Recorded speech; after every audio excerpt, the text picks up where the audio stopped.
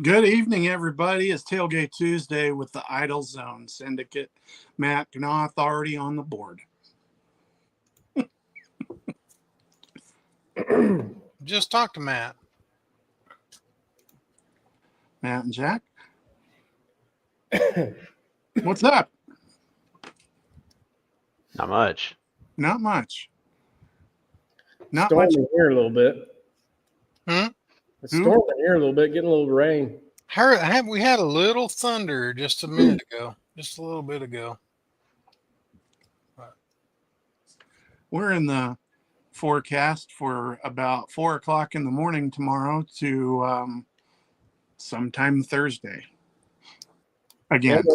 Emily was on her way to dance with the little one and encountered 70-mile-an-hour straight lines. Oh, wow. Didn't last long or anything, but it put a power line down a little bit on 69 highway, so I don't know. Wow.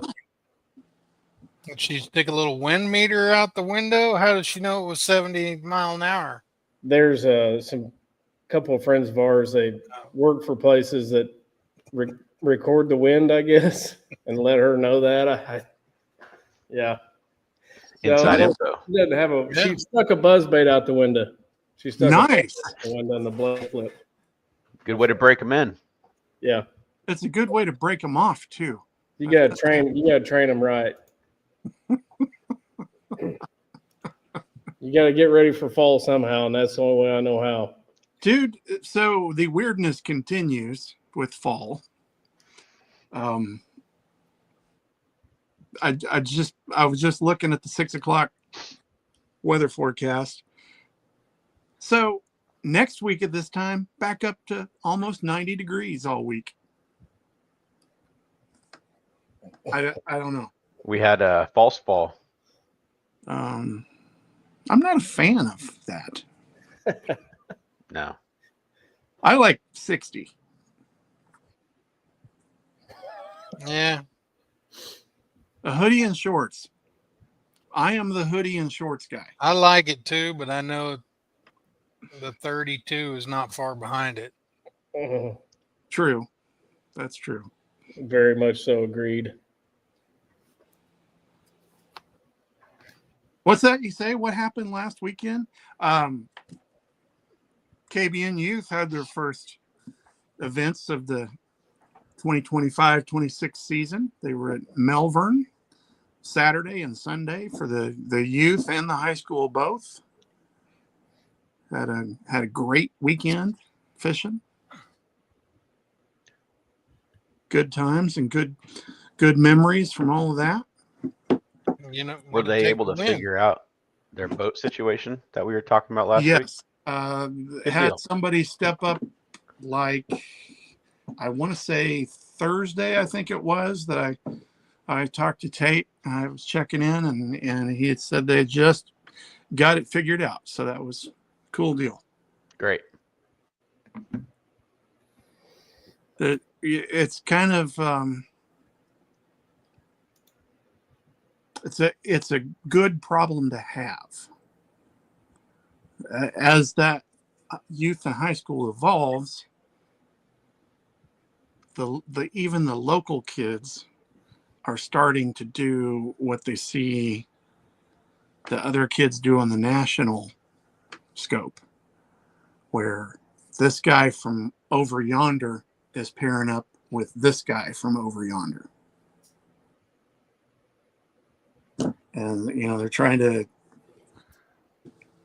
create teams and partnerships and stuff. And what stinks about it is that in allowing them to do that, sometimes a boat gets left behind that normally would have been carrying a team.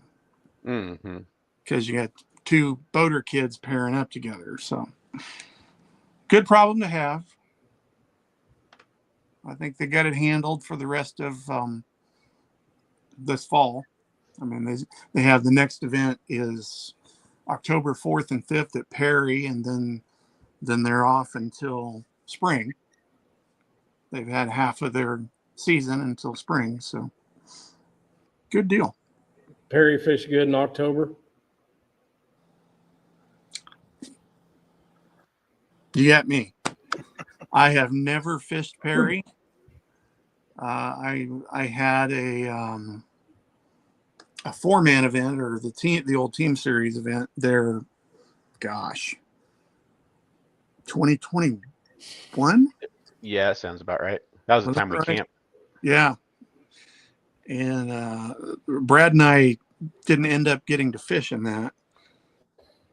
So, I mean, I've heard of it a little bit, but I've never made it that far up to fish. yeah, it's kind of a streaky deal. You know, Yeah. it's fairly sizable lake, but it's like a lot of the lakes in this area. There's only so many productive areas. Smallmouth, I'm right. Smallmouth fishery. The smallmouth have really taken off there. It used to be the other way around. It used to be all largemouth and the occasional smallie, and now it's kind of flip-flopped. Catching some really nice bags of smallies there. Cool. Same way with Glen Elder.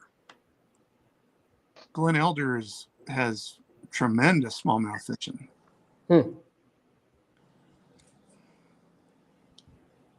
Richard Fitzwater checking in. So the cranker entitled tonight and tonight is the 70th episode, gentlemen. Oh, 70 episodes of this little program. Give ourselves a round of applause. good job, guys. Thanks to the producer that keeps things held together. Oh, I don't know about that. But producer Crank entitled tonight's episode, Someone Got a Polygraph? What in the world, Kiki? Well, you know, like you said earlier, it's a hard problem to have.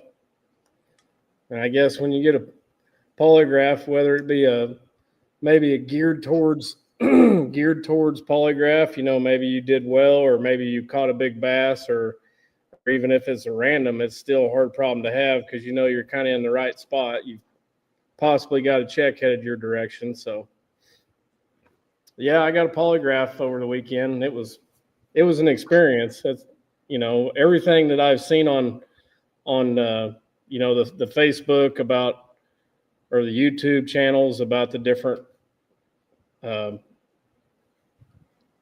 polygraphs that the guys have had to take, or this or that. I mean, I'm sure this one was fairly trivial compared to what they have to go through, but yeah, it was an experience. And I can elaborate on it, you know, a little bit. I would rather kind of maybe back up and maybe explain how I got there to that point, but it just kind of depends on what direction you guys want to go. It's your story, man. You know, we're you know, we're not gonna censor you. So, you know, had the Future Bass 2-day championship at Grand. Me and Mark Moody, we stayed at the Lake Lodge, and it was a great experience as always down there. And day one rolls around, Saturday morning, we're cutting down the lake. You know, in Future Bass, you can put in wherever you want. You just can't start fishing until whatever time the tournament director has decided. So 6:35 was our start time. We're cutting down the lake, probably about an hour and a half after the tournament had began, and the motor starts losing power, and the alarm starts going off on his outboard, middle of the lake, and comes down to essentially an idle, and then we just, you know, he shuts the key off and it dies, and we kind of look at each other, and Mark asked the magic question, "What do we do now?" I said, I'm looking at a stretch of bank that I said, Moody, we used to race over there. I mean, we used to race to that spot because it was that good. I said, let's just go over there, get out of everybody's way. We'll fish for a little bit, and I'll try to figure out something. And I mean, things happen for a reason. We pull up to that spot, and within 10 minutes, I'd caught that big fish, end up being big bass of the day and big bass of the tournament.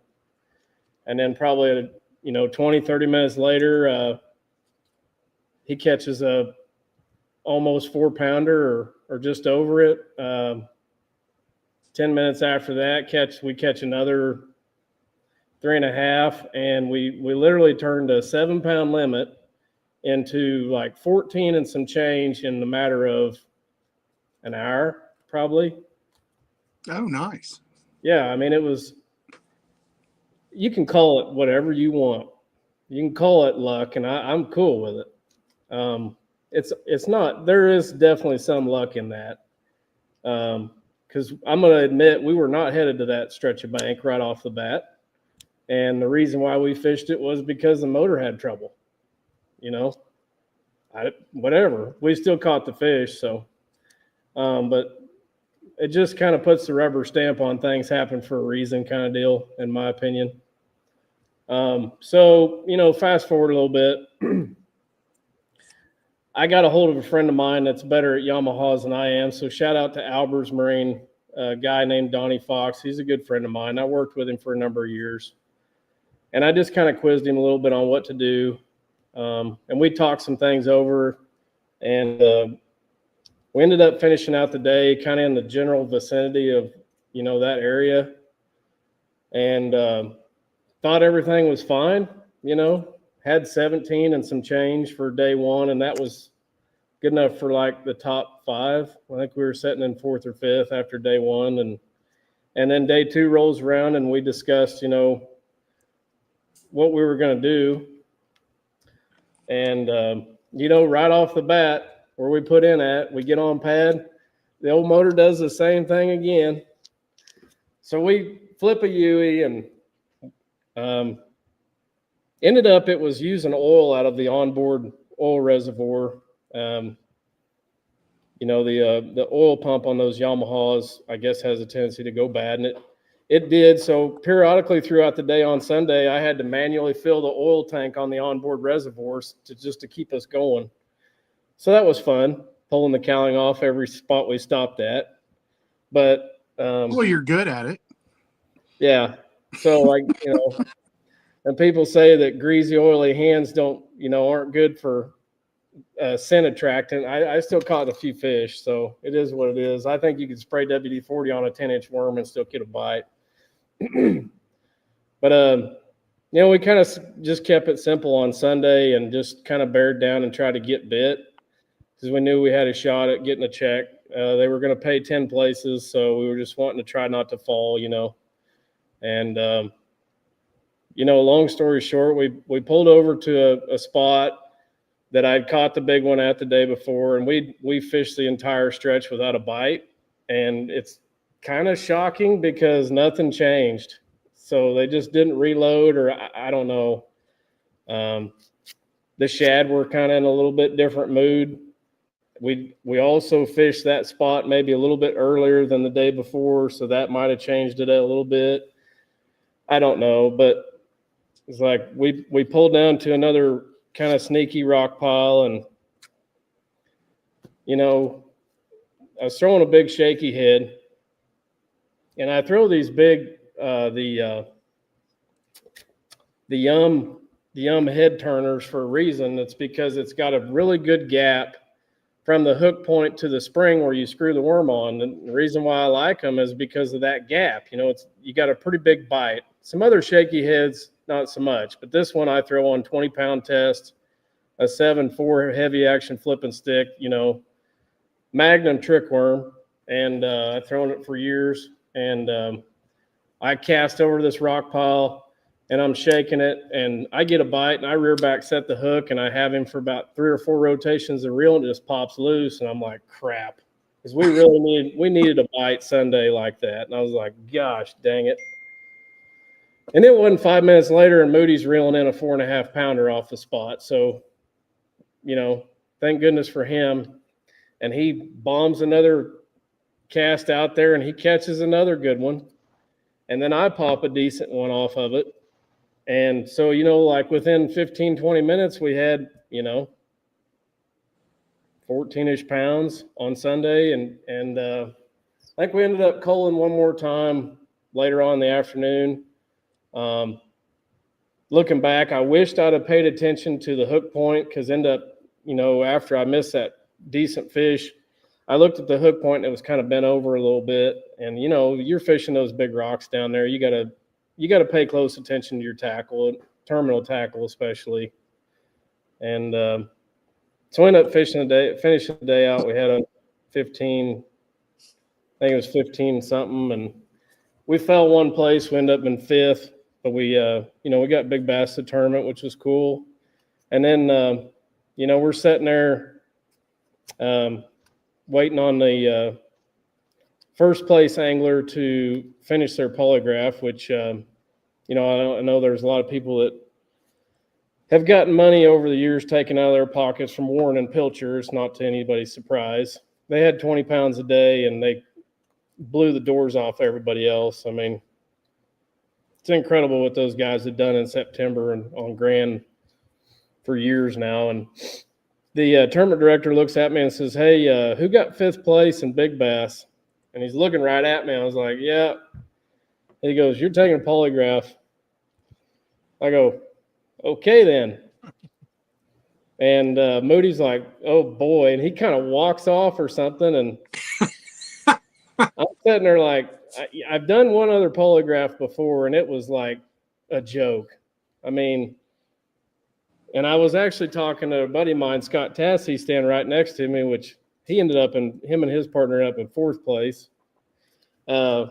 about the lie detector that we both actually had to take that year. And it was about 12 years ago at Stockton at Orleans Trail, and it was in a minivan. And the guy set us in the back seat of this minivan, and he sat in the driver's seat, we sat in the back seat, and he asked some questions, and some of the questions that he asked were like just kind of hocus pocus crap. And he was, "Okay, I need you to lie to me on purpose now," kind of stuff, and this and that. We were talking about that prior to this polygraph this last Sunday, because it was, right at the top of my memory bank. I was like, man. So fast forward, I'm in the trailer and I'm getting this polygraph, and I fill out a 14 question questionnaire on a piece of paper, and I read it out loud. I read out loud the question, and I tell him yes or no out loud as also. And he's watching me like a hawk the whole time. And a lot of the questions, honestly, are, pretty cut and dry. And we had a conversation, I'm not going to ask you about where you caught your fish or any of that stuff. I'm going to ask you more questions that, apparently tell him whether I'm lying or not, is the easiest way to put it. And so, that was done. Well, then I get hooked up. He hooks me up to this stuff. And it's like this real, like, big metal coiled spring. And one of them is going across my chest about, this high or so. And the other one is going across my abdomen down low. And he puts a blood pressure cuff on me, and he pumps it up to I don't know how much. And then he puts 2 sensors on my left hand, one on my index finger and one on my ring finger. And he's telling me, the first question out of his mouth was, "So are you in any pain currently?" And I said, "I'll be honest with you, man. I've been standing in a boat for 9.5 hours today and 9.5 hours yesterday." I said, "My upper back, the muscles in my upper back are starting to get pretty tight. So yeah, have you taken any illegal drugs or alcohol or yada yada yada?"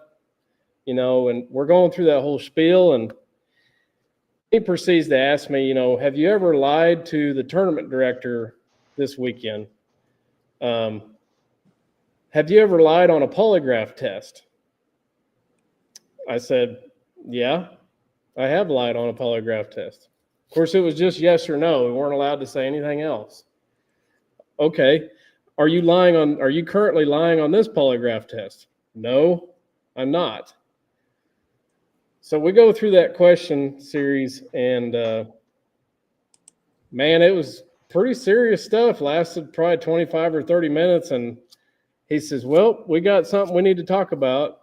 You know, it shows here that you had an uptick, and that you're telling me the truth. You lied on a polygraph test." And I said, "Well, it was that test I was telling you about that I had to take 10 or 12 years ago." And he's like, "Yeah, I'm gonna be honest with you.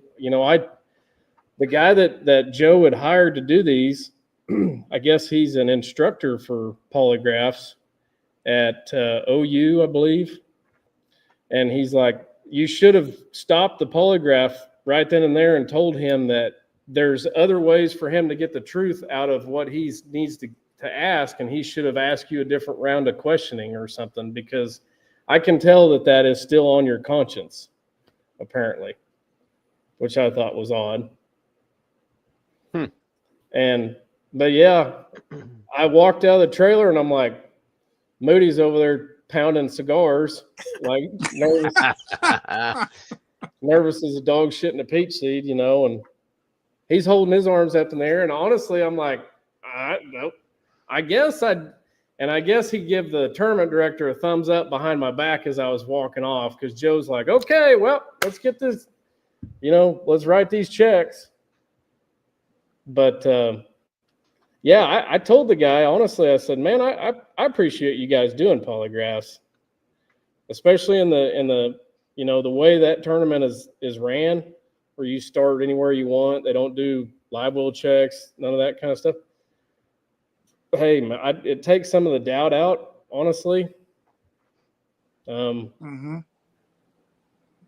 kind of a interesting experience for sure to end the weekend.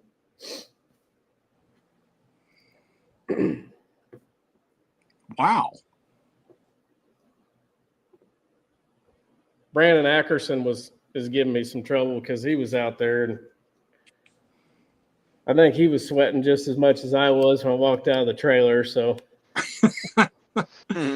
Brandon and his partner did well too. Yeah, they finished right behind me and Mark. Yep. Had a good weekend. And Scott and Mike were right ahead of us. Just they ahead. Had, okay. Yep. That's what I thought. Yeah. Yep. Cool. Yeah. Lots of familiar faces in the top 10. Well, good deal. And the fishing down there, it just never ceases to amaze me. It's if you think it's tough, it's not. To some people, they make it look real easy. I mean, I don't get caught up in a lot of dock talk. I just try not to. And then, man, you sure hear it after the weigh-in's over. I'm like, how many keepers did you say you caught? They just make you feel like you suck real bad whenever they're saying, "Oh yeah, 20 keepers today and 30 yesterday." I'm going, "Oh my gosh, September." But yeah, lucky got lucky and definitely landed on a spot that had some fish biting on it at that given point in time, and fortunate enough to get them in the boat for the most part. So.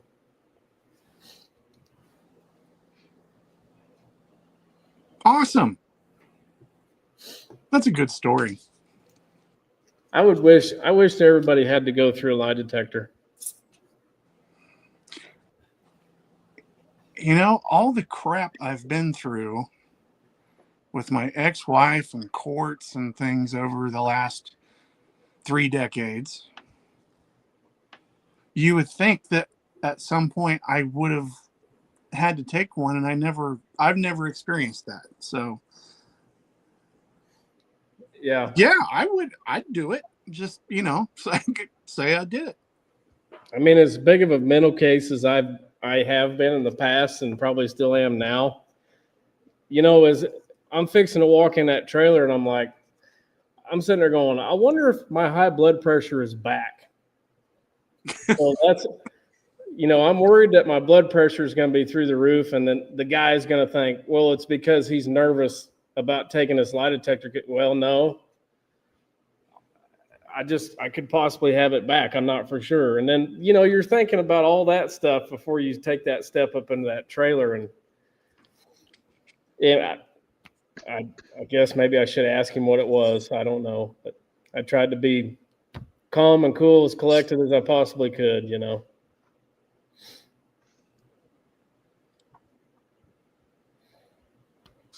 The experiences you have fishing with Stogie. Yeah.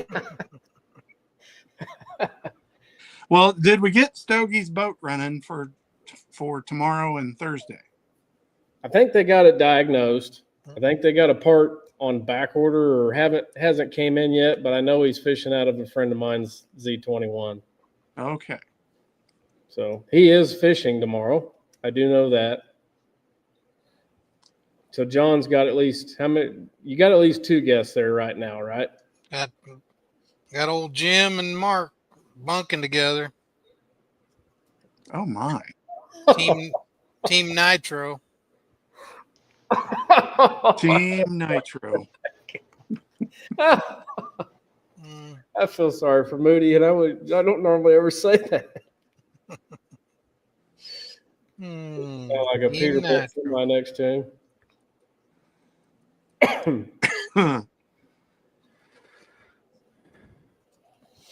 What do you got tomorrow, John? We have the ABA District 65 2-day championship. Starts tomorrow. I don't know how many we'll have, but I think there's 12 qualified from this district. You can fish from other districts. You just got to fish 4 ABA AFT events, and you can fish any 2-dayer. I don't think we'll have anybody from anywhere else, but we'll probably maybe have 10 or 12 qualified fishermen, which is fine. Cool. Good. Yep. How many? There's a national after this? Yep. You can fish the national by being in the top 500 in the national points, and then everybody that wins their district is automatically in. Or the top 250 is boaters, and then after that it's kind of confusing, but I think I qualified for nationals on points because I fished this district and District 58, so I got a lot of points. So, but I'm not going to go. I think it's at Eufaula. So, but we got a pretty tight race here tomorrow. I think there's 3 or 4, 5 maybe anglers that have a shot to be Angler of the Year. Have you pre-registered anybody? I don't pre-register. Oh, okay. I kind of discourage that. You got a feeling how many boats you're going to have? I think we'll have probably 10. Probably 10. I'm guessing. Maybe all 12. Well, I hope you do. Yeah. For a middle of the week tournament. It's pretty awesome. Pretty decent. Especially the first year. Yeah. I think it'll be all right. I'm circling back through the comments as I'm over here thinking about Kiki and his guilty conscience. Read what Chris Johnson said. Every time I take one, I think about a chocolate football I took from a store when I was 7. Yeah.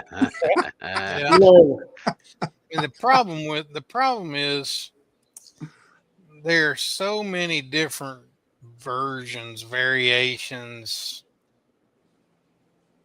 Like I think over the 18 years of when I was at Bass and like at the national championship and at the team championship, all the championships, we always gave like the top 3 polygraphs. But we had a guy that's no longer with us that was our polygraph guy through the he was probably the polygraph guy through the Ray Scott, Harold Sharp, all the way through the Trip Weldon years. And this is just my opinion now.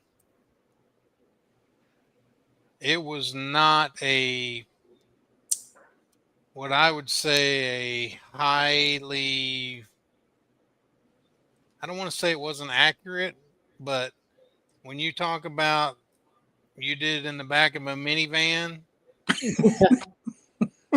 this guy, I mean, and sometimes it's just unavoidable where we didn't have a place to do it. Like we could do it in the bass trailer, but if the bass trailer wasn't available, we tried to find an office. But there were times when it was done in a car. And we're talking about national championships, and and then when he passed away and we started getting other guys to do it, there were times when I'm like, how legitimate can this be? And I'm the tournament director. Yeah. It's kind of good because as a tournament director, you didn't want them to find anything because that's a pain in the butt. Mm-hmm. When the polygraph guy says, and I've had that happen. I have been involved in that.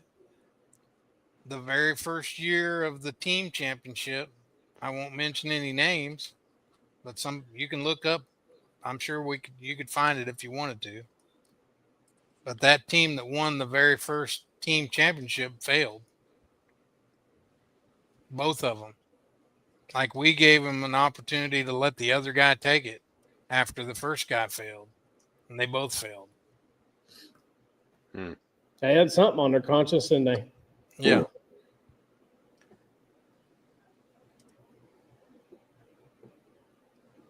Very interesting.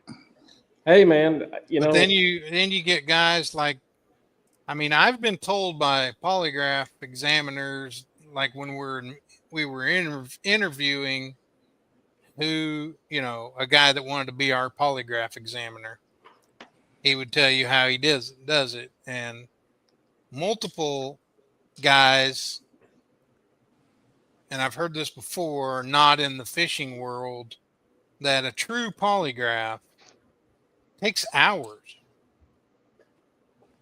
not 20 minutes.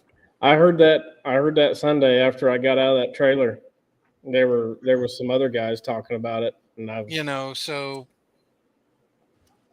we at Bass, this is how Bass did it. We give, and we didn't do, it sounds like you answered a lot more questions than we had. Like 5 questions that we wanted the polygraph guy to ask him that pertained specifically to that certain event.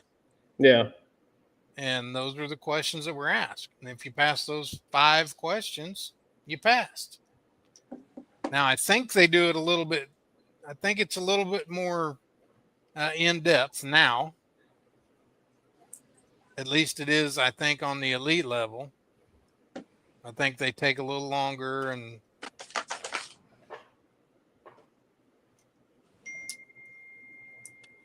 but I don't know. I would say this one probably lasted, of course I wasn't looking at my watch, but I would say 25 minutes, 30 minutes, somewhere in there, felt like. And it was, like I said, 14 questions, but then he asked Those are the pre-test questions. Right. And Then he those had are standard. Those are standard in a polygraph examination. They give you the pre-test questions that give them a baseline of how you're going to react to truth and false. And then they go into the real questions so they can compare the two reactions, basically. That's really simple explanation, but that's yeah. basically what it is. And I'm with Chris. You know, I kind of think similarly, and I didn't necessarily get a chocolate football out of a convenience store when I was 7, but I was thinking to myself about just my mind has a tendency to wander certain situations, and it was wandering. I'm going,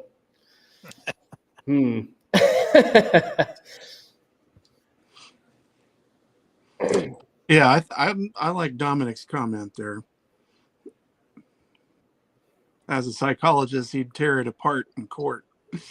That would be the individual that would certainly be able to speak to the polygraph. Oh, well, it's, it makes for a good story, if nothing else. Hey, it's over, on to next. It's a good experience. Yeah. It'd been a lot different if you'd have failed. If you failed, that'd have been a bad story. I don't think he would have come on here talking about it if he failed. Yeah, you didn't say anything about failing, so we went ahead and did the show about it, because I don't know if Crank and DB, I don't know if you guys know a guy named Paul Smith or not, but he's kind of big, fished against him for a long enough time. We know each other fairly well. And, that was one of the fears. Okay, if I do fail this, and I walk out of this trailer, Paul Smith's going to have both hands around my neck, strangling me, going, "What in the hell did you do?" Oh man, I can't imagine.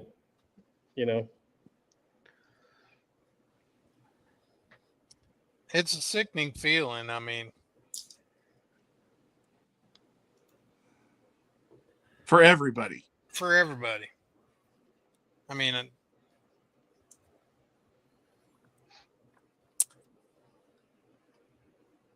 yeah. And you see these, we've had 3 or 4 this year that, on the bass side that have allegedly failed polygraphs. And you'll never hear bass say they failed a polygraph, because that was our policy. And when the 2 guys that failed the team deal, that was a conversation I had with them, trying to,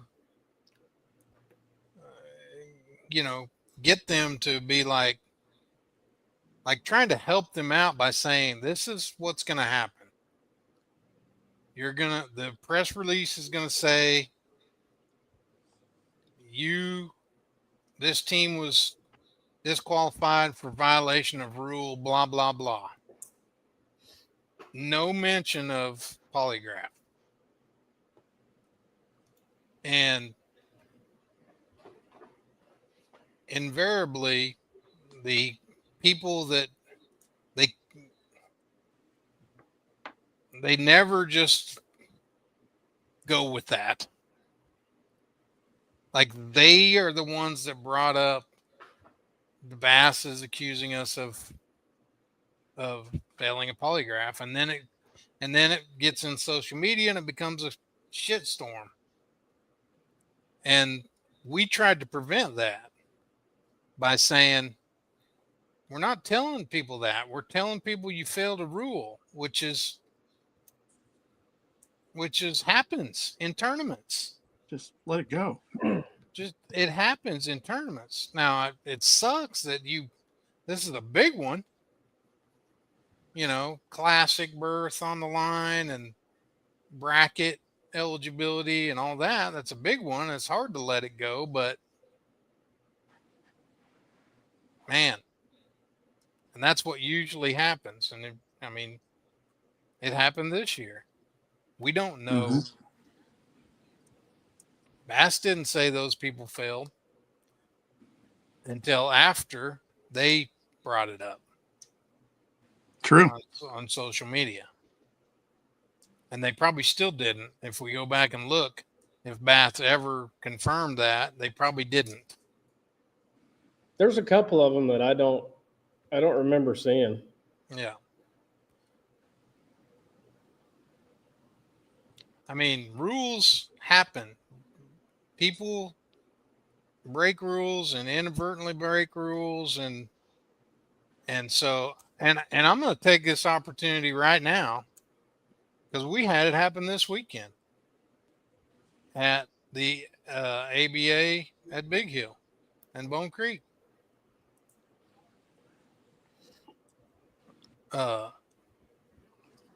Max Killian had a great day at Bone Creek. I don't want to say a great day at Bone Creek. It was a good day. He was leading the 2-day after Bone Creek with like 10 pounds. Better day than everybody else. A better day than everybody else. Had 10 pounds. Really good chance to win the 2-dayer. We go to Big Hill. I had 2 pounds, by the way, at Bone Creek. Actually, not even 2 pounds, 190 or something like that. At Bone Creek. We go to Big Hill. Max got a shot to win the tournament 2-dayer. And everybody's weighed, and Max walks up with his bag of fish and says, I got a problem. I have 6 fish in my live well. And so Terry, didn't have off the top of his head what the penalty is. And I said, I'm an ABA director. So he asked me, and I didn't know it off the top of my head. I didn't know if it was the same as bass or not. I thought it was, but I don't think it is. But we said, let's get the rules. So Terry got the rules out. I read it. The rule says, at no time may an angler have more than the tournament limit in his live well, other than to cull. And you must cull immediately. It doesn't list a penalty. You got to throw out, it used to be you lost your biggest fish, and then Bass changed it to 2-pound penalty, which is kind of the standard now, but ABA rules don't say that. It says at no time can you have a limit over the limit in your live well. So without there being a specific penalty listed, his day's catch was disqualified, and rightly so, I believe. And he had about 10 pounds, and he would not have won. Brian, congratulations to Brian. Brian had 7 or 8 at Bone Creek and 9 at Bone Creek, something like that. 16 at Big Hill, and won the tournament. But Cody got second with 19 pounds, and Max would have had right at 20. So it would have been close. He would have got second or third. But shout out to Max Killian. He could have weighed those fish and left that little 12-incher in the live well, and nobody would have ever known.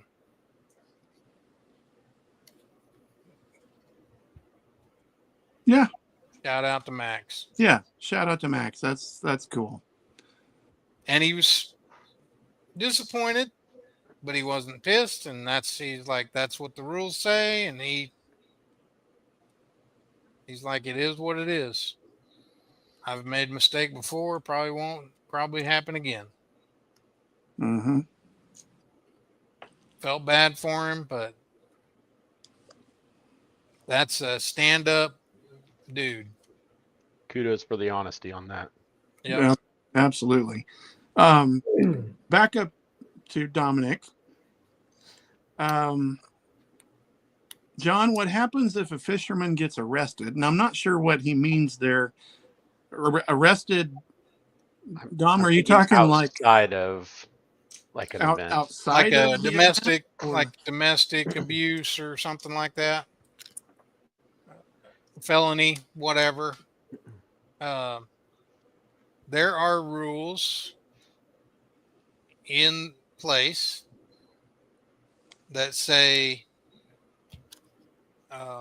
Is it like a code of conduct? it's a code of conduct. It's in the code of conduct section, That's what I thought. and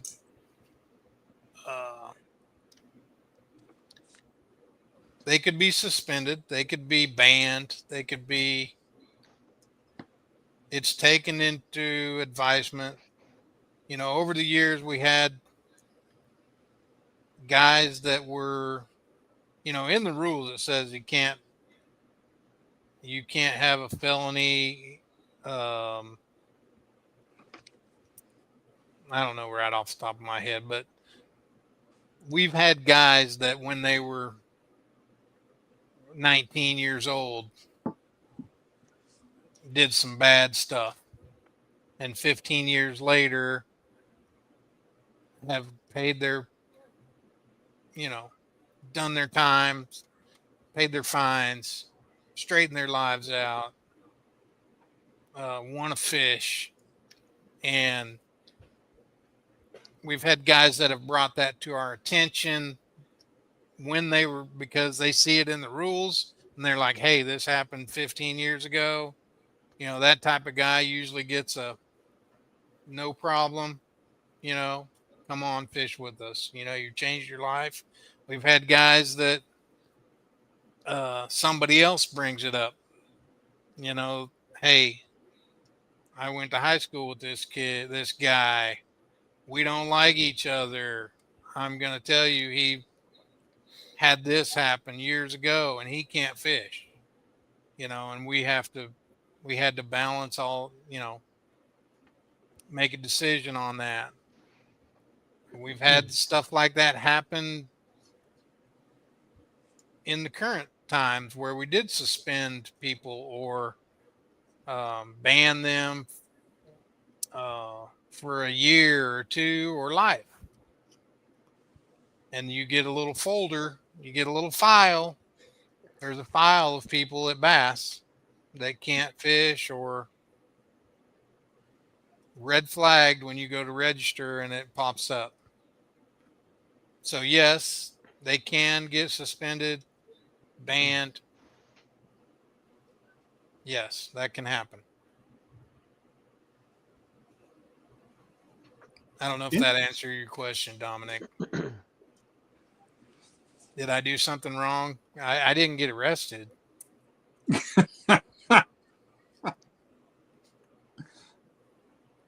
So the EQ's starting. Go And, Stephen Browning yeah. And Mark Menendez. and Mark Menendez. Yeah. I was scrolling down through the list of the guys fishing, and I guess it didn't occur to me that they would just fish to fish. So, I mean, some of them are just jackpotting, basically, because they're already requalified for the elite. Like Robert G. He's requalified, but he missed the classic cut, so he's just trying to get in the classic because it's on his home lake. Yeah. You know, that pretty interesting group. Of course, Stephen Browning, as we mentioned, Mark Menendez trying to requalify back to the elites. Along those lines of jackpotting, though, and Brandon and I were talking about something along these lines. There's a lot of locals that jackpot tournaments, and I don't know if you all caught it in the Opens announcement, but the point system is changing. Where I don't have it right in front of me. I'm just paraphrasing it. There will be like 2 point systems. Point system for those folks that are actually EQers and fishing all of the tournaments, and a point system or somehow the points aren't going to be counted for guys that are just fishing one tournament so it's not affecting the points. Yeah. Basically. Yeah. It's not That's kind affecting of the other guys. Jackpotters aren't going to affect. I like that idea. Because I don't know if Brandon's going to fish the Opens next year, but since they're coming to Grand, I would think so. But there will be a bunch of guys from Grand that aren't fishing all the Opens that could affect Brandon's point.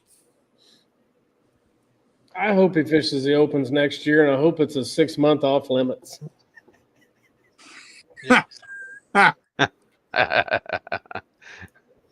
It won't be a 6 months off limits.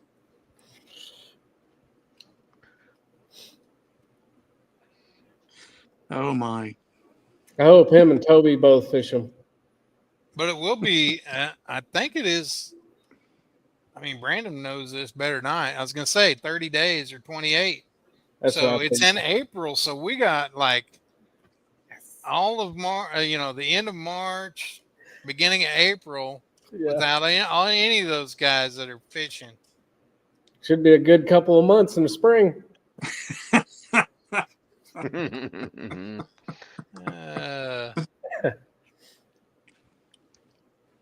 That's funny.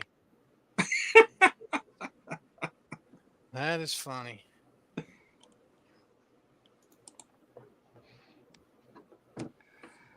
Oh goodness.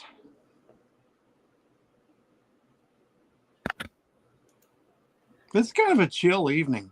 It is chill. I'm worn out.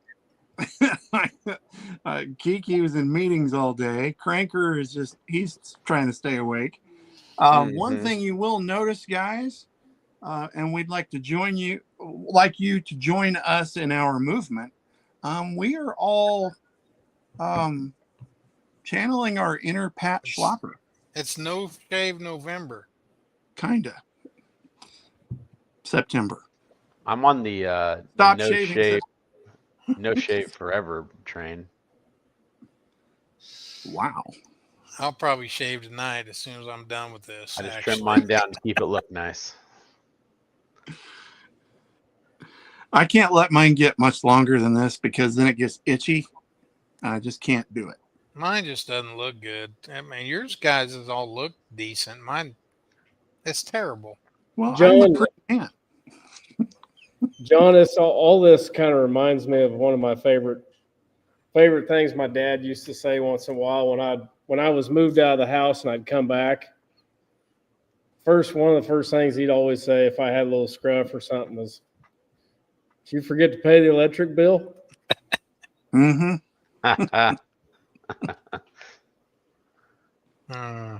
That's fine. You bought beer again instead of razors, didn't you? Yeah, and then if you guys would ever see a picture of him clean shaven, it was an extremely special occasion because he always had facial hair. So.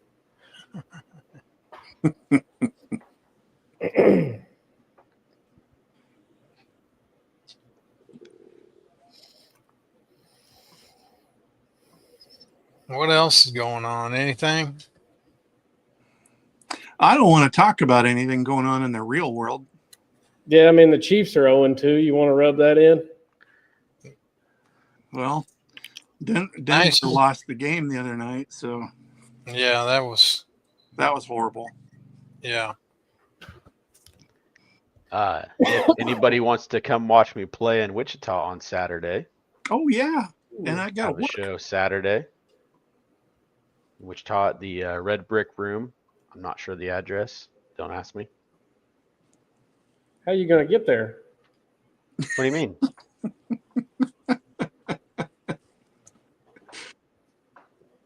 If you don't know the address, how are you going to get there? Oh, well, I'll figure that out. But I don't know it off the top of He's my head getting a right now. ride. They all ride in the same van. Oh yeah, they're riding a van. We don't have a van. Oh, Not anymore. We used to have a van and a trailer back in the day. 1985 Club. you have a Essentially, yeah, it was actually called the Turd. do you have a manager? No, ourselves. We had a guy. He wasn't really our manager, but we kind of, well, sort of he was. He did book all like our motel and all that, but his main job was to keep us in a good mood and not killing each other. That's always a And successful evening if you can make that happen. he was he was just one of these happy, always had a joke, could make you laugh at any point. And that was his job. And he was very good at it. He was very good at it. Yep, we never had a manager. We just always did it ourselves. It's hard to not kill each other when you don't have a manager. Yeah. Been through that. Luckily, these days we're all adults, so it's a little easier now. That's true. You're a little older. We all understand each other a little bit now. Who's all Looking forward to that? Who's all in your band right now? Is Tom? Yeah, Tom's drumming still for us, and then Colton from Kingman, and then Jeff is our bassist. He was our bassist when I was in my other band back in the day. So, all people I've known for, oh gosh, I don't even want to talk about how long I've known some of these guys. Half my life.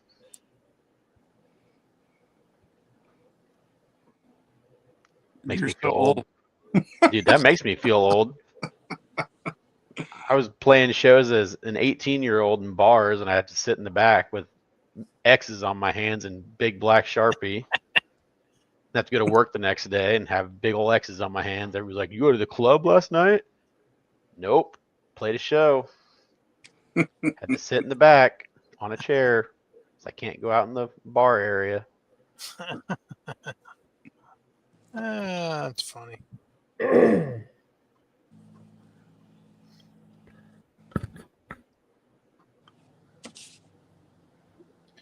We are just about to all just nod off. Yeah, I mean, I think I don't know if it's nodding off. For me, it's not nodding off. It's and I don't. It's everything that's going on. You know, we lost a guy in our life group. Not much older than me. Went in to get a heart stent thing or blockage done, and was in there for 2 weeks and just never woke up. You know, and so that was that. And then, you know, everything else that's going on. And it's been a kind of a rough week for me, really. Understand. I'm trying to find our live on Facebook. Well, I got a message that it was cutting in and out real bad. Okay. There's it's not on there anymore. I was going to make a comment, but I wanted to comment back to Brandon. I don't know.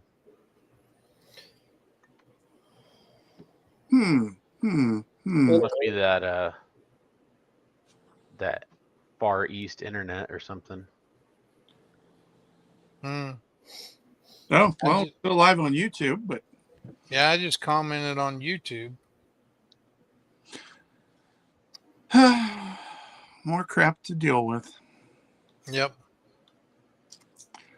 Let's get out of here. Well, Matt has no problems on Facebook. John, good luck tomorrow. Yes. Good luck with the event and good luck fishing, for that matter. It'd be nice. It'd be nice if I could catch fish. Reel a bass in tomorrow. I'm in kind of a slump.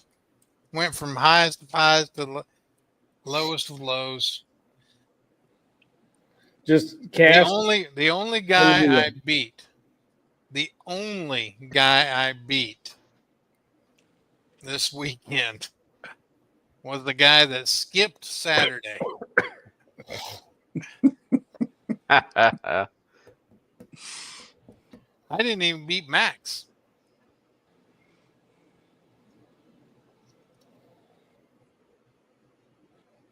And he had a whole day's DQ'd. One day it's chicken and the next day it's the feathers. Yep. That's awesome. Just don't be throwing back any keepers. Yeah, don't throw the keepers back, John. I mean, we stopped you from doing that last year, but Don't let your old habits come back. I'm not going to do that. I'm not going to throw back keepers. I almost caught it. I almost kept a non-keeper last weekend at Bone Creek because the limit was 15, and I caught a 15-incher, and then I caught a one that was like 14 3/4, and threw him in there thinking it was a 12-inch limit, and then I'm like, what am I doing? It's not even it's a 15-inch limit, which it's 12 at Big Hill. I don't understand that, but I don't know why the difference, but I will. I can't. Moody's not telling me nothing. Not helping me out. lock him out of his room. I'm just going to follow him. Or lock him in his room. Lock him in his room. That's Yeah. interesting. Yeah. I mean, let Jim out, but not Moody. Yeah. Yeah. Ransom him for information. Guys, thanks for watching. A little shorter version tonight. There's a few things going on this week. Check us out next week. Show 71 in a row.